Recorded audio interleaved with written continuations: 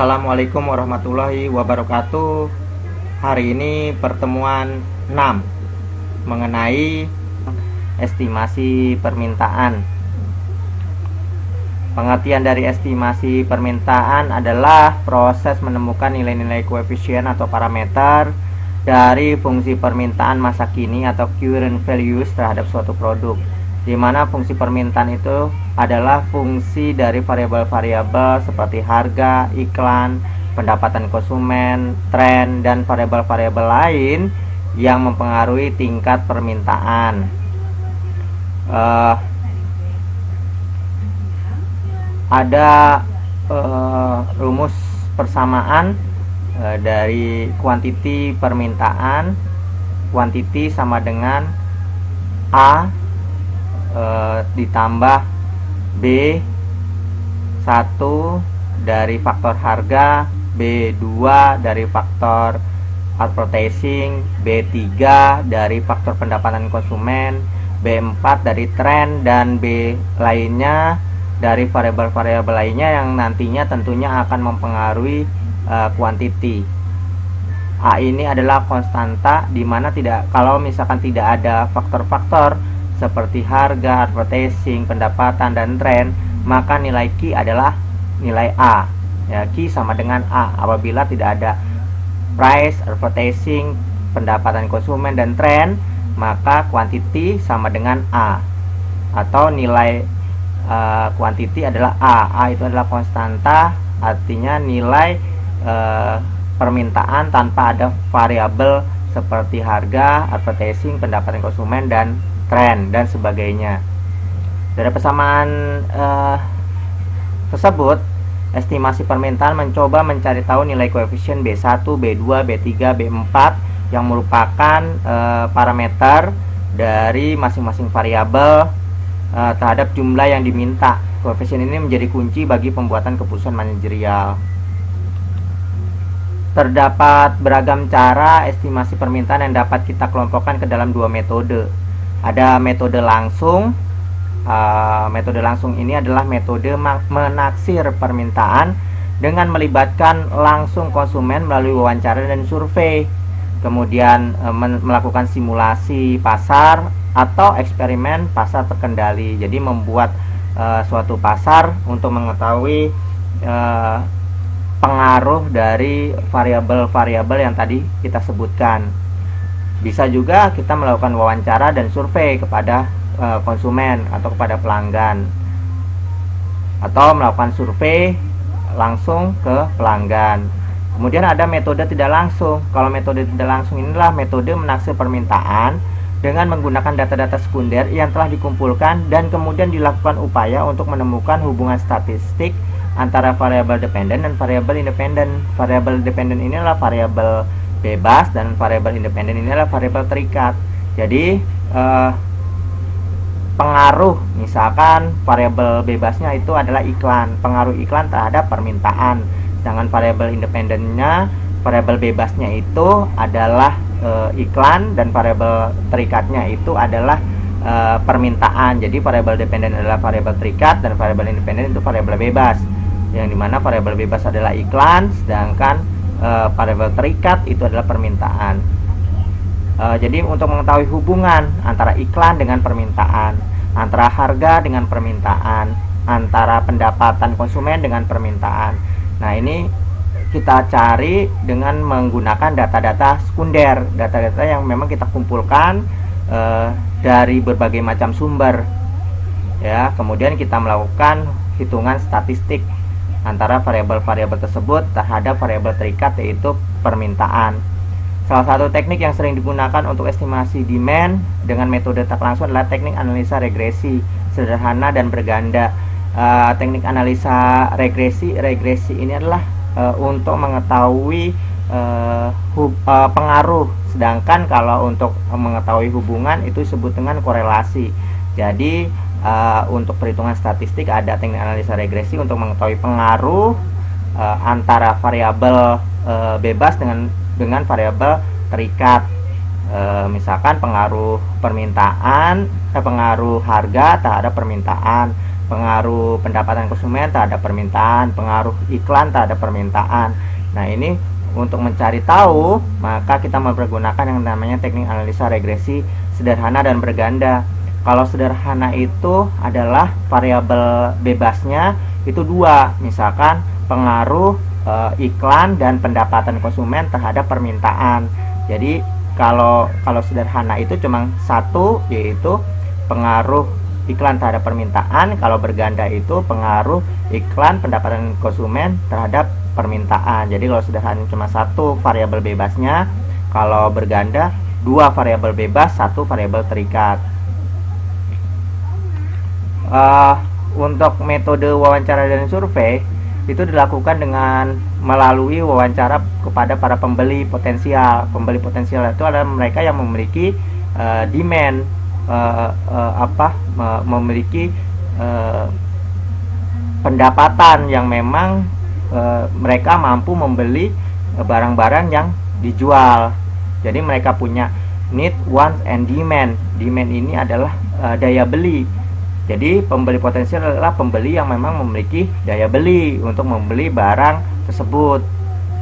Jadi kita melakukan wawancara kepada pembeli potensial untuk mengetahui berapa yang akan mereka beli jika suatu variabel mempengaruhi permintaan diubah. Ya, kita melakukan wawancara, kemudian dari wawancara tersebut kita bisa mengetahui berapa harga yang diinginkan oleh konsumen, bisa mengetahui apakah harga bisa dinaikkan, apakah harga bisa diturunkan. Kemudian kita juga bisa mengetahui tentang iklan yang memang nantinya akan ditayangkan kira-kira pada hari apa dan jam berapa. Kemudian kita juga bisa melakukan wawancara atau survei untuk mengetahui tingkat pendapatan konsumen, apakah bisa membeli barang yang kita jual atau tidak. Pendekatan wawancara dan survei ada kelemahannya, ya. Masalah interpretasi responden terhadap seluruh populasi atau jumlah responden itu berbeda-beda, ya. Ada interview karena bias, ya. Ada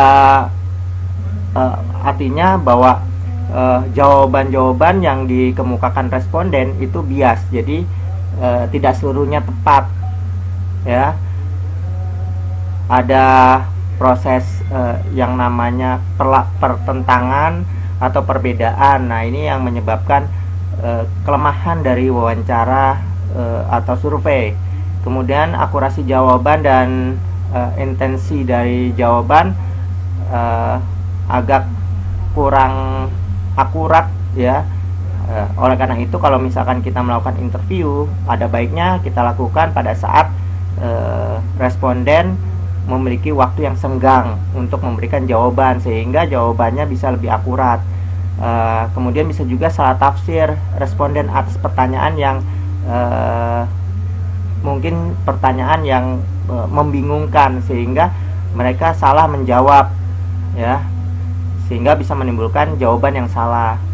Nah, karena itu kita kalau melakukan wawancara dan survei harus memberikan pertanyaan yang memang jelas dalam pertanyaan tersebut, sehingga tidak membingungkan dan menyebabkan kesalahpahaman responden dalam hal memberikan jawaban. Ada metode pasar simulasi. Kalau metode pasar simulasi sendiri, respon konsumen terhadap perubahan suatu variabel, misalkan harga. Ini dengan menggunakan pasar simulasi bisa dilakukan, yaitu dengan cara mengamati perilaku partisipan dalam pasar yang memang disimulasikan serupa dengan pasar sesungguhnya. Jadi kita buat pasar, kemudian kita melakukan observasi, kita amati pelanggannya, apakah mereka tertarik dengan produk yang kita tawarkan, dari harganya, dari layanannya, apa sih yang sebenarnya mereka butuhkan, apa sih yang mereka sebenarnya inginkan. Nah, kita bisa melihat pada saat pasar simulasi tersebut berlangsung. Jadi kita bisa mengetahui, mengobservasi reaksi dari para responden atau dari para partisipasi pasar simulasi tersebut. partisipan kadang juga diberikan uang atau voucher yang dapat dipergunakan untuk berbelanja di pasar simulasi tersebut. Jadi ada minat untuk datang ke pasar simulasi tersebut karena memang diberikan uang atau voucher, sehingga mereka beramai-ramai datang ke pasar tersebut. Partisipan dipilih seksama untuk dapat mewakili target pasar simulasi. Metode pasar simulasi memiliki kelemahan. Kemungkinan cara membelanjakan uang pemberian akan berbeda dengan membelanjakan uang sendiri. Kalau mereka diberikan uang atau voucher, ini sangat berbeda.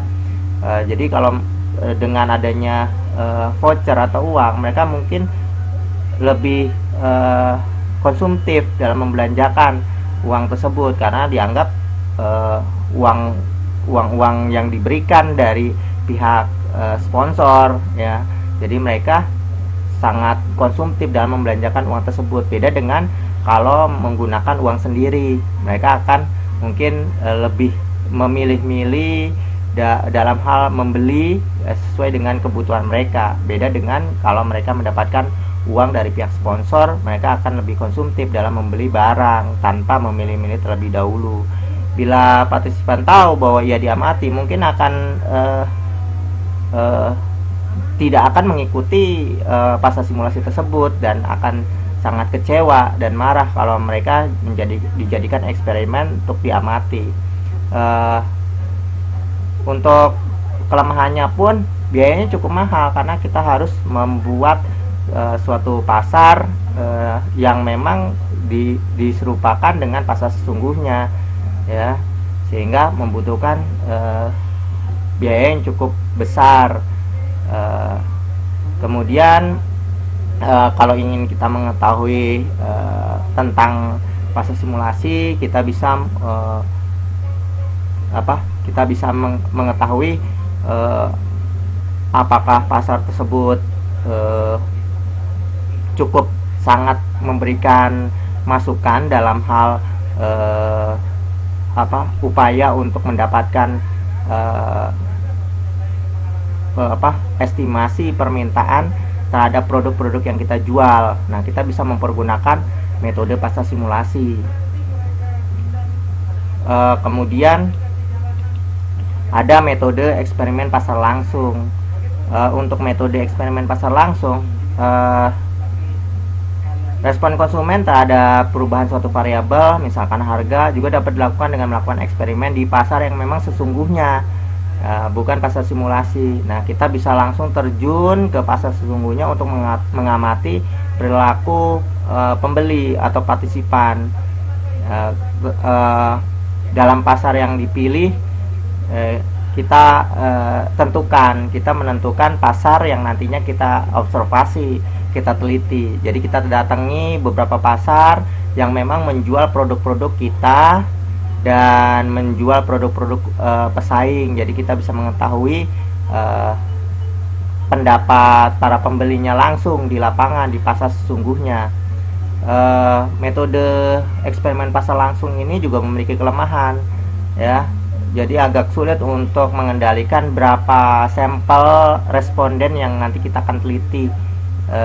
Biayanya pun juga sangat mahal juga, ya, karena kita harus datang ke beberapa pasar untuk meneliti tentang produk-produk yang kita jual di pasar tersebut.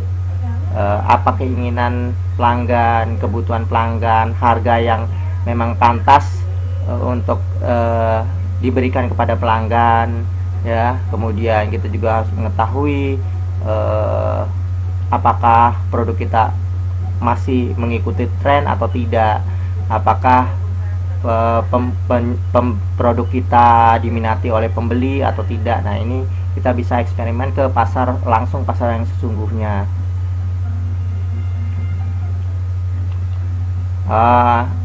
Ini ada contoh kuesioner, ya. Di sini kita hendak menjual sepatu multiwarna seperti pada model di samping. Berilah jawaban pada butir yang paling mewakili jawaban Anda.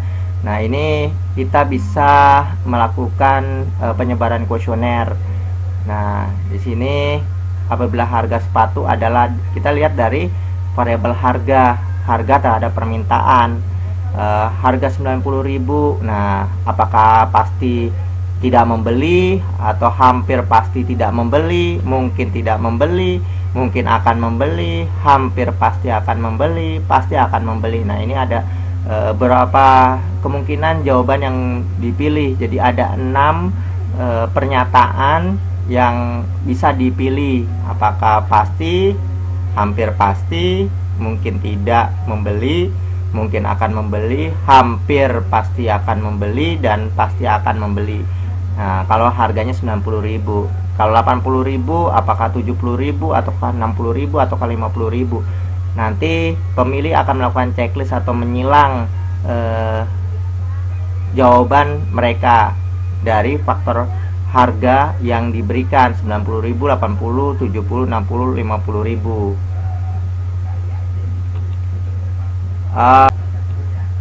Bisa dilihat untuk harga 90.000 itu yang menjawab pasti tidak membeli itu 500 ya. Kemudian hampir pasti tidak membeli 300 orang, mungkin tidak membeli 125 orang, mungkin membeli 50 orang, dan hampir pasti tidak membeli 25, dan pasti membeli 0. Jadi kalau harganya 90.000 pasti membelinya 0, atau hampir pasti membeli hanya 25 orang.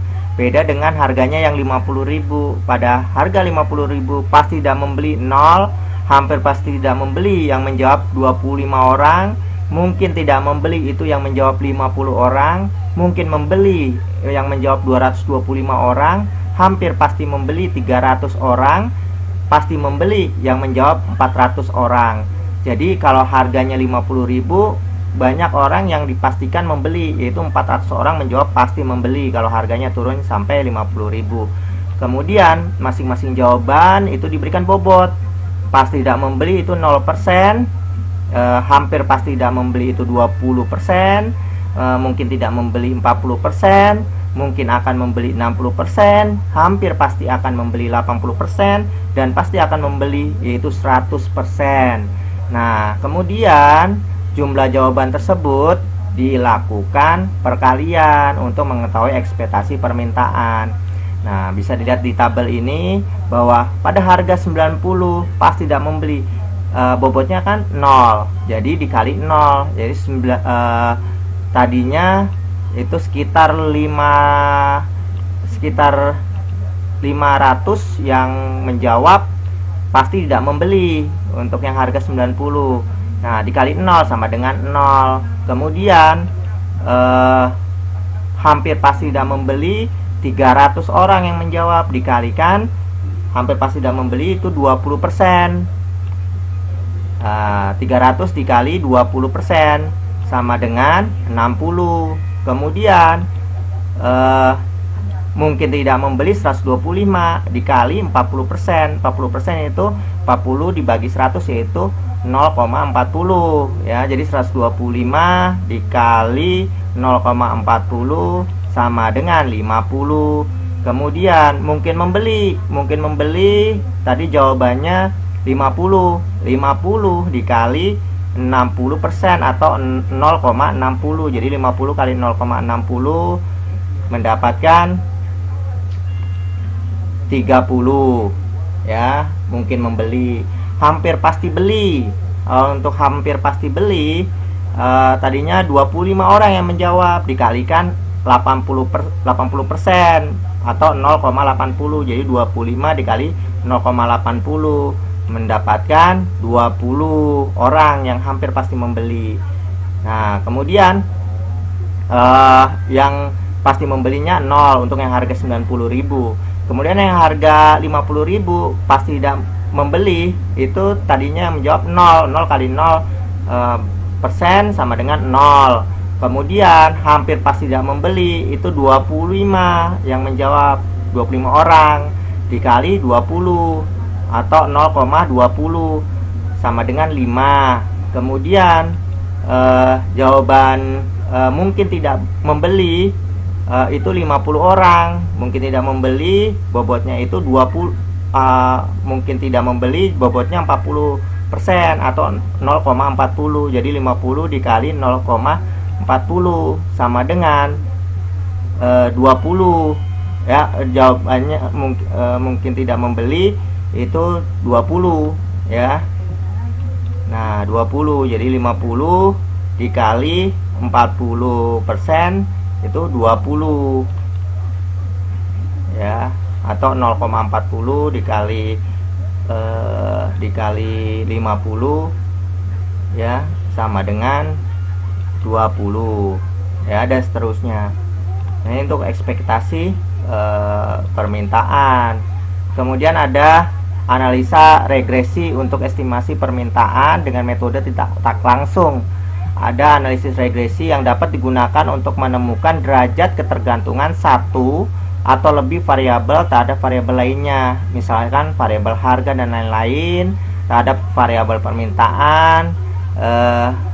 Ada analisa runtut waktu, analisa seksi silang. Dalam analisa runtut waktu atau time series atau data seksi silang atau cross sectional, untuk analisa runtut waktu kita perlu yang namanya observasi. Observasi telah dicatat selama kurun waktu tertentu pada situasi yang serupa. Misalkan data harga dan penjualan bulanan suatu produk perusahaan tertentu di suatu kota selama 12 bulan. Jadi runtut waktu dari Januari sampai Desember, itu analisa runtut waktu untuk mengetahui ekspektasi, untuk mengetahui estimasi permintaan untuk 1 tahun berikutnya. Kita lihat dari tahun yang lalu, yaitu 12 bulan atau tahun yang lalu. Ada beberapa masalah untuk analisa runtut waktu, yaitu ada beberapa faktor yang berada di luar kendali perusahaan yang dapat mempengaruhi penjualan dan cenderung berubah dalam kurun waktu tersebut, sehingga ada kemungkinan bahwa harga bukanlah faktor tunggal yang mempengaruhi perubahan penjualan. Jadi ada faktor variabel-variabel lain ya yang bukan harga yang perlu kita observasi dan ukur. Variabel tersebut dapat kita masukkan sebagai variabel bebas dalam analisa regresi atau variabel-variabel lain selain variabel harga. Namun variabel seperti perubahan mode, perilaku konsumen itu berubah sepanjang waktu dan sangat sulit diukur dan diamati secara kuantitatif. Maka yang biasanya kalau untuk runtut waktu, analisa runtut waktu, kita hanya bisa melihat dari perubahan harga. Kalau untuk perubahan dari perilaku, perubahan mode, perilaku konsumen, perubahan mode, ini agak sulit kalau kita memperhitungkan runtut waktu dari bulan Januari sampai Desember, karena kita tidak mengetahui perilaku konsumen, perubahan mode yang terjadi selama runtut waktu berikutnya. Kemudian analisis seksi silang. Kalau analisis seksi silang itu adalah data yang digunakan berasal dari unit observasi, misalkan outlet yang berbeda dalam lingkungan bisnis yang sama pada skala waktu yang sama. Nah, jadi untuk seksi silang kita lihat dari unit-unit penjualan. Nah, kita langsungkan observasi dari outlet yang ada dalam lingkungan bisnis yang sama. Nah, kita observasi untuk mengetahui tingkat permintaan terhadap produk-produk kita yang kita jual.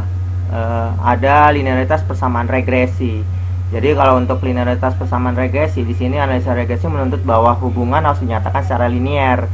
Artinya secara linier ada hubungan antara variabel bebas dengan variabel terikat.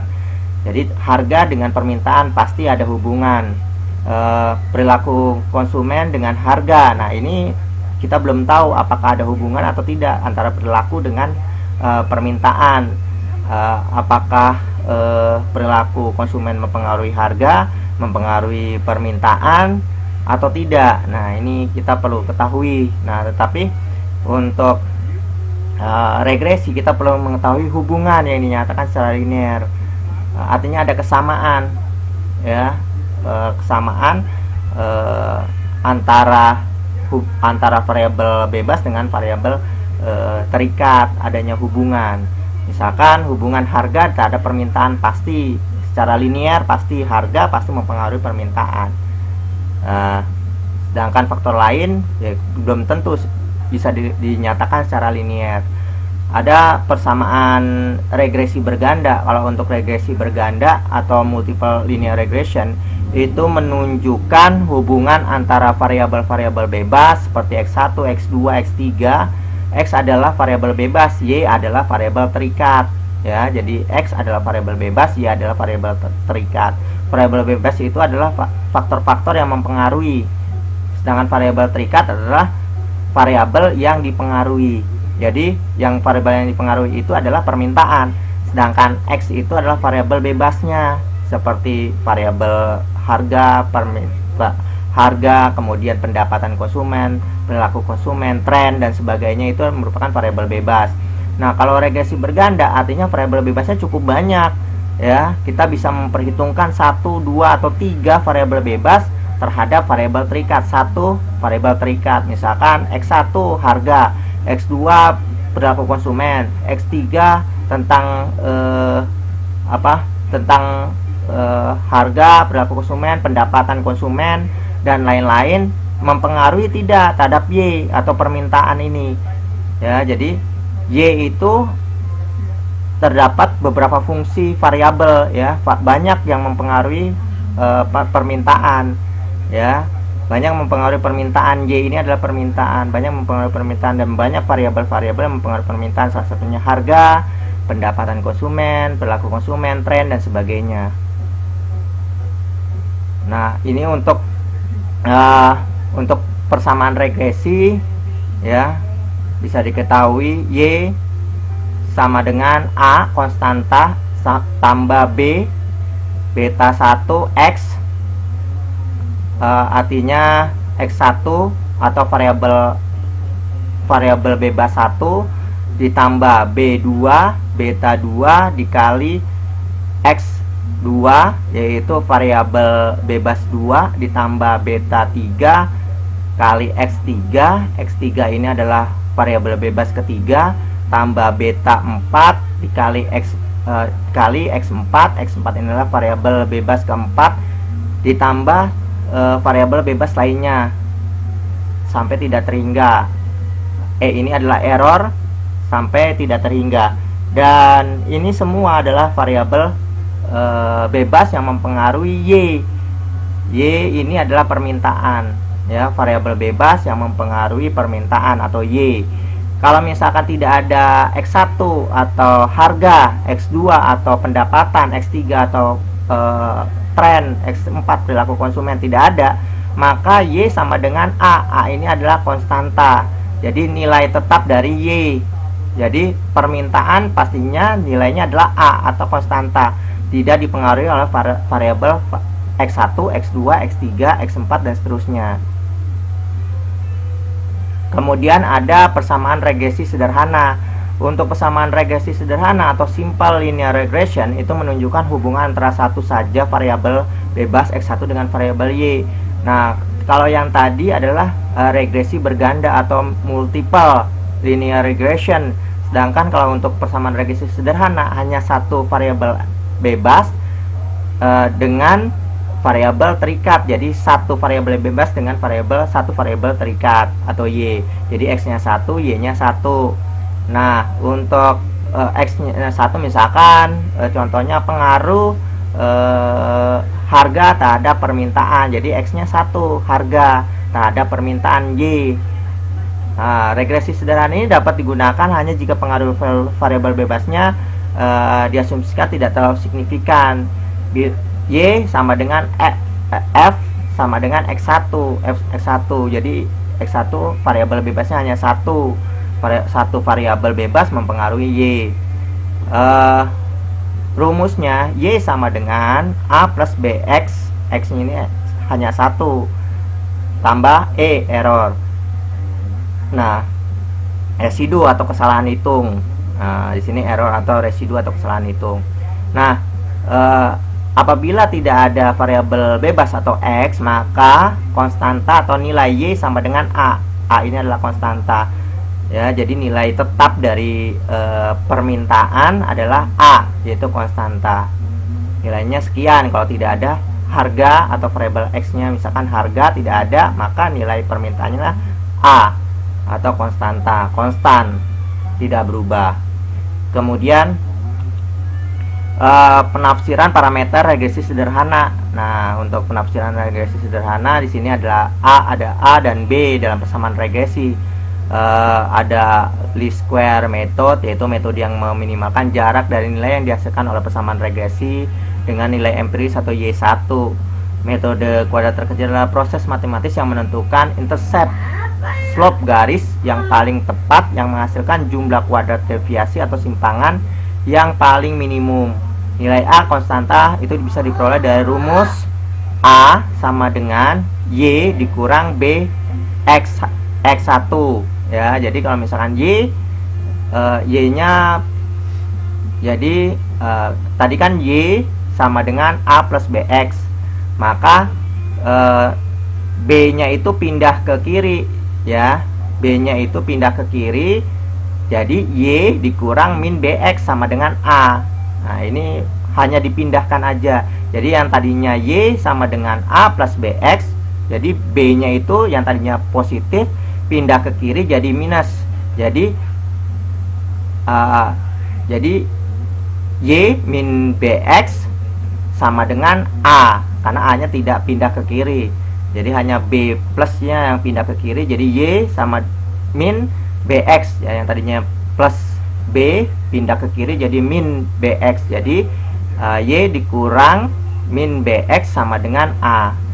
Nah, untuk mengetahui rumus B, nah beta ini adalah rumusnya N sama dengan sigma X kali Y sama minus X sigma X dikali sigma Y dibagi N ya. N itu nilai keberapa gitu ya,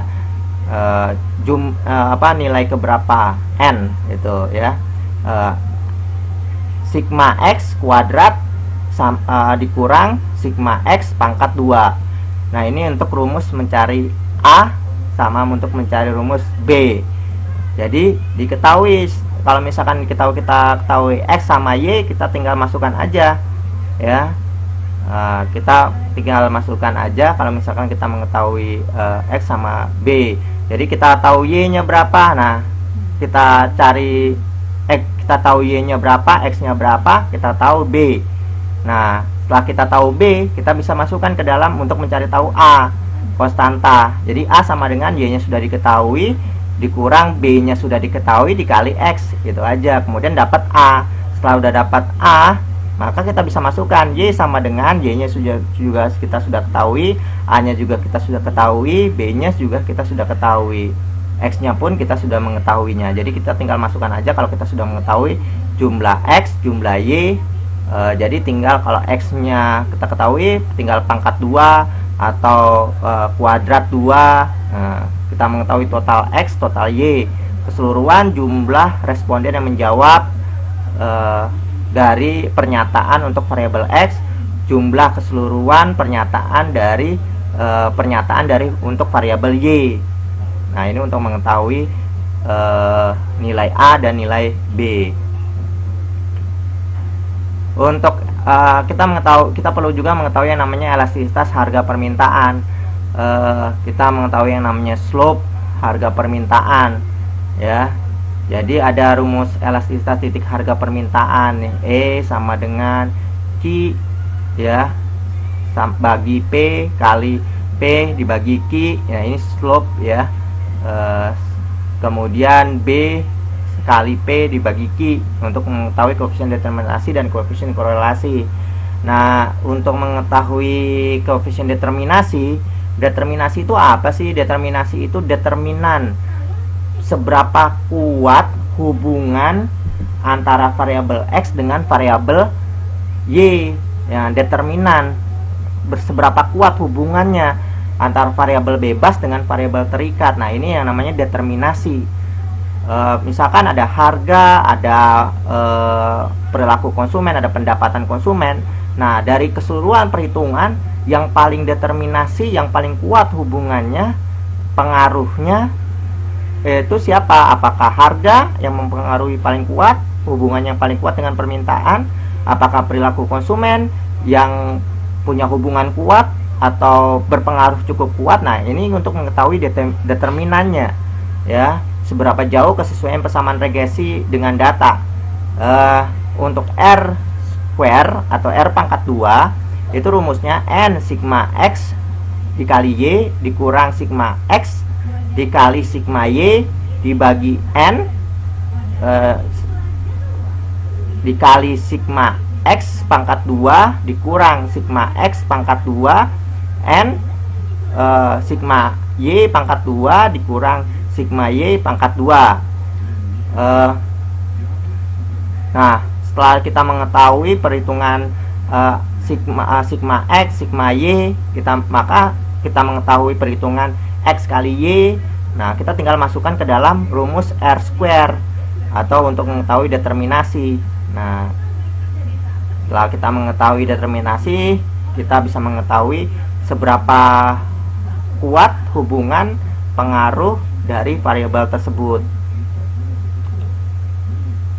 Ada yang namanya koefisien korelasi persen, ya. Hubungan korelasi persen ini adalah ukuran kekuatan hubungan linear antara dua variabel dengan sampel.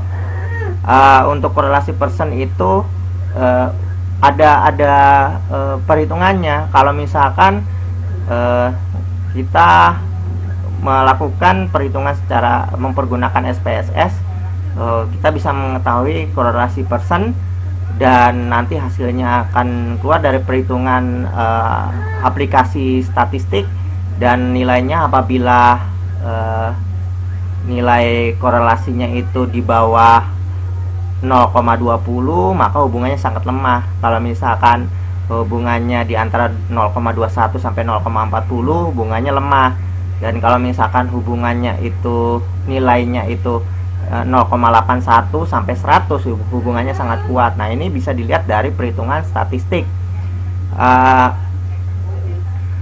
Kemudian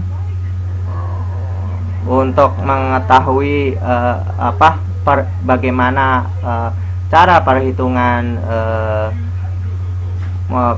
regresi sederhana, maka kita bisa melakukan perhitungan dan kita bisa menggunakan aplikasi yang namanya SPSS.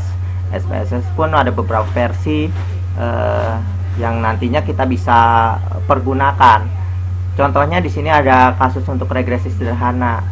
Doni juragan rambutan yang menjual rambutan hasil kebun di 6 buah lapaknya ke 6 lapak di daerah berpendapatan menengah di Jakarta. Kini menjual rambutan dengan harga 790 per kilogram. Penjualan musiman rata-rata 4,625 kg per lapak. Untuk memaksimalkan penjualan, Doni memutuskan untuk bereksperimen dengan menetapkan tingkat harga yang berbeda-beda pada berbagai lapak dan mengamati reaksi penjualan terhadap harga. Tingkat harga untuk lapak-lapak dan tingkat penjualan dalam suatu bulan bereksperimen ditunjukkan pada tabel seperti diketahui lapak A harga sekitar 790, pada lapak B harga 990, harga C 1250, harga D 890, harga E lapak E 590, lapak F 450. Penjualannya pun bervariasi. Kalau untuk yang harganya 790 itu penjualannya hampir 4.650. Sedangkan untuk yang harganya pada lapak F itu harganya 450, itu penjualannya cukup besar nih, ya, 5.500. Tapi ada juga yang cukup besar yaitu 6.380, lapak E dengan harga 5.590. Nah, setelah dilakukan perhitungan ada harga itu X, penjualan itu Y, ya, permintaan penjualan itu Y. Di sini kita bisa ketahui nilai X dan nilai Y. Kemudian kita tinggal masukkan dalam perhitungan regresi, ya, untuk mengetahui A, Y sama dengan min BX. Nah, di sini total Y, ya, di sini total Y, kita mengetahui total Y di sini. Kemudian kita mengetahui total X, ya, sigma X, kita mengetahui sigma Y, kita mengetahui sigma X kali Y, ya, kita mengetahui X kuadrat. X kuadrat ini tinggal X di pangkat 2 atau Y kuadrat. tinggal dikali aja Y pangkat 2. Nah, ini adalah sigma X kuadrat, sigma X Y kuadrat. Nah, ini sigma ini adalah totalnya ya, untuk perhitungan totalnya. Nah, setelah kita mengetahui keseluruhan nilainya, kita tinggal masukkan ke A dan kita tinggal masukkan ke B. Nanti kita mengetahui nilai hasil penjualannya. Nah, kalau untuk regresi ya. Nah, ini untuk regresi sederhana di mana hanya variabel bebasnya hanya satu, yaitu X atau harga. Nah, untuk mengetahui koefisien determinasi pun kita tinggal masukkan aja perhitungannya, dan nanti kita akan mendapatkan nilai dari koefisien determinasi, seberapa besar pengaruh harga terhadap permintaan atau penjualan. Penaksiran parameter regresi ya, untuk mencari nilai parameter A dan B. Pada intinya kalau untuk SPSS lebih sederhana ya, kalau yang tadi adalah manual. Jadi kita mengetahui variabel X-nya dan variabel Y-nya ya. Kemudian kita melakukan uji coba ya. Kalau untuk SPSS kita melakukan uji coba. Pertama, uji coba korelativitas atau mencari hubungan, bisa diketahui dari determinasi. Kita melakukan perhitungan determinasi. Kemudian kita selanjutnya kita mempergunakan metode korelasi ya, untuk mencari pengaruh. Biasanya ada model T atau uji T ya, kemudian ada uji F. Kalau misalkan regresi berganda, kita melihat dari perhitungan uji F itu. Nah, dalam perhitungan SPSS itu agak sederhana kalau kita mengetahui cara memasukkan atau mengentry data-data tersebut. Yang pasti kita harus buatkan terlebih dahulu tabel. Nah, biasanya misalkan di Excel. Kemudian setelah tabel di Excel sudah kita buatkan, dari hasil kuesioner yang kita sebar, kita akan menentukan bobot nilai kuesioner tersebut. Misalkan di situ setuju, sangat setuju, tidak setuju, ya kan? Setuju, sangat setuju, tidak setuju. Di situ ada bobotnya. Kalau setuju nilainya 5, sangat setuju, misalkan sangat setuju bobotnya 5, setuju bobotnya 4, ragu-ragu bobotnya 3, ya kan? Tidak setuju bobotnya 2, sangat tidak setuju bobotnya 1. Nah, itu ada bobotnya, dan setiap pilihan dari responden itu akan diberikan bobot. Nanti hasil dari perhitungan jawaban responden itu dimasukkan ke dalam Excel biasanya. Kemudian setelah kita buatkan di dalam Excel, kemudian kita tinggal masukkan data tersebut ke SPSS. Nah, kita masukkan ke dalam SPSS ya.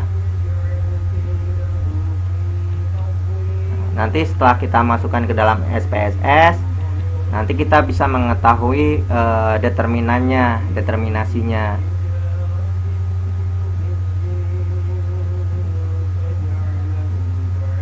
ya. Jadi sini ada pilih variabel sales ya, penguntung SPSS, variabel bebas ya. Ini adalah perhitungan total keseluruhan dari sales, iklan ya, outlet, salesman. Nah, kemudian case label atau keterangan pada kasus, pilih variabel daerah, metode, pilih enter, abaikan bagian tekan OK untuk proses data. Nah, ini untuk pengisian SPSS. Sebenarnya kalau untuk data-data yang seperti ini kita tinggal masukkan aja. Biasanya itu ada regresi ya, kemudian masukkan data variabel X, masukkan data variabel Y, kemudian kita bisa langsung proses. Oke. Nah, nanti kita langsung bisa mendapatkan hasil determinasi atau untuk bisa mendapatkan hasil UJT atau UJF secara keseluruhan. Nah, di sini ada outputnya ya. Outputnya ini R ini ada determinasi atau hubungan ya, hubungannya cukup kuat atau tidak. R ya, kalau untuk R square untuk mengetahui pengaruh ya. Kalau di sini bisa dilihat dari sales mass outlet iklan, ini menunjukkan bahwa hubungannya adalah 0,8. Ini sangat kuat sekali hubungannya. Dari ketiga ini hubungannya sangat kuat, dan pengaruhnya itu 0,75 terhadap penjualan. Nah, kemudian ada di sini ANOVA. Kalau untuk ANOVA kita bisa lihat di sini degree of freedomnya 4, kemudian residualnya itu 25, totalnya 29. Jadi secara keseluruhan nilai regressionnya itu cukup besar ya, karena dilihat di sini nilai F-nya itu adalah 19,298. Jadi apabila nilainya itu 0, di sini signifikansinya adalah 0, ini berarti dari ketiga ini nilainya cukup signifikan atau UJF-nya pun cukup besar, yaitu 19,298. Nah, signifikannya itu 0 karena dianggap signifikan apabila nilainya 0. Kalau minus 0 atau lebih dari 0 itu malah dianggap tidak signifikan. Untuk UJT, nah UJT ini kita bisa lihat di sini.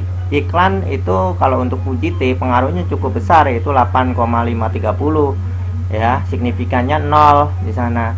Jadi nilainya itu signifikannya malah 0, sedangkan kalau yang outlet salesman itu minus ya. Jadi yang pengaruhnya cukup kecil adalah outlet dan salesman.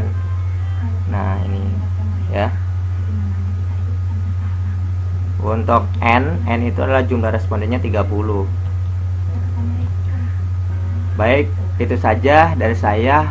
Untuk mungkin lebih jelasnya lagi bisa kalian lihat di slide ya yang sudah saya berikan. Sekian dari saya, terima kasih. Wassalamualaikum warahmatullahi wabarakatuh.